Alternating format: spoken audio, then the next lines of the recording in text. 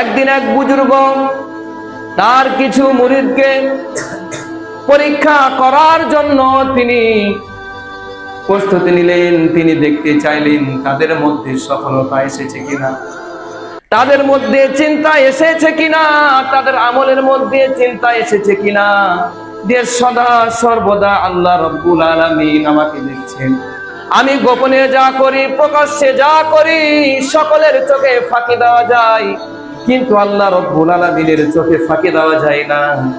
এই কামিয়াবি তাদের মধ্যে এসেছে কিনা তাদেরকে একটু পরীক্ষা করি।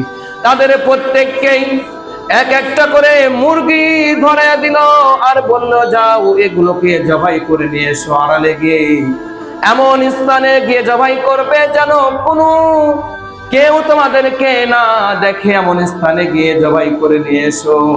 সকলেই চলে গেলেন। সকলে যাবার পর সকলে আড়াল থেকে মুরগি জবাই করে নিয়ে আসলো, কিন্তু একজন ব্যক্তি জবাই করে আসলো না। তাকে জিজ্ঞাসা করলো, কি খবর, তুমি জবাই কেন করলে না, কেন তুমি জবাই না করে ফিরে আসলে?